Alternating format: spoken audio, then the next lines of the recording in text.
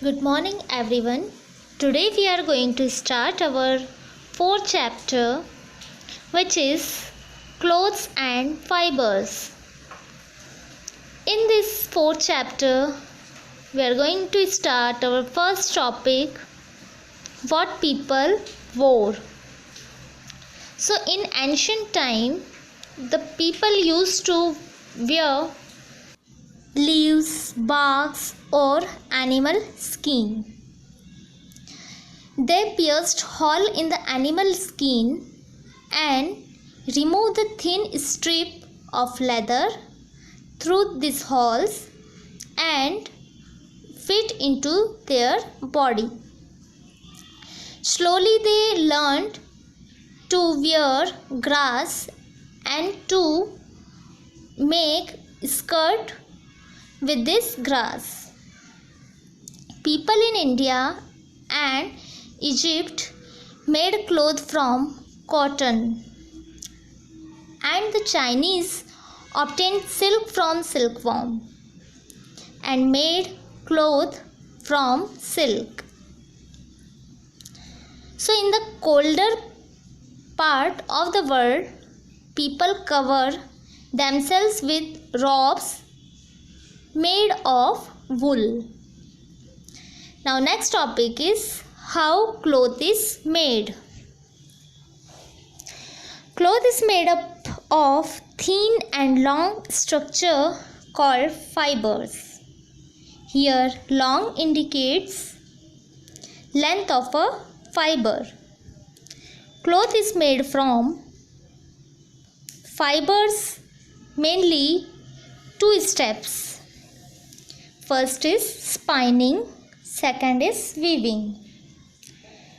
Fibers are very small in size, so they twisted together by spinning into long thread, which is called as yarn. And this spinning also increases the strength of a fiber by twisting them together. Twist means rotating. Now this yarn, what we get from fiber, that is on large scale with the help of spinning machine. In India, yarn is spun on a small scale on household tool called charkha. Yarn obtained from large scale with the help of machine, and yarn obtained on a small scale with charkha. Now this yarn can be dyed if it is required. Dyed or undyed yarn are wound on the reels, which is called bobbins, and made into the clothes by the process of weaving.